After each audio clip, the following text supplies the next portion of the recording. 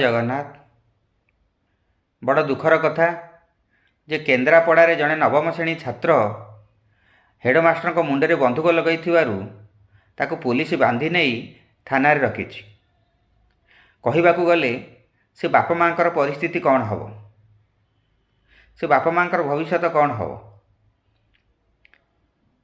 ଏ ପରିସ୍ଥିତି ପାଇଁ କିଏ ଦାୟୀ? ସାଙ୍ଗସାଥୀ, ମୋବାଇଲ ନା ପରିବେଶ? ପିଲାର ଭବିଷ୍ୟତ କଥା ଚିନ୍ତା କଲେ ବାପା ମାଆଙ୍କୁ କେମିତି ଲାଗୁଥିବ? ତେଣୁ ପିଲାମାନଙ୍କୁ ଏତେ ସ୍ୱାଧୀନତା ଦେବା ଆଦୌ ଉଚିତ ନୁହେଁ।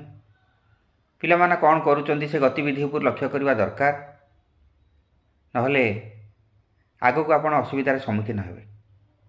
ଜୟ ଜଗନ୍ନାଥ।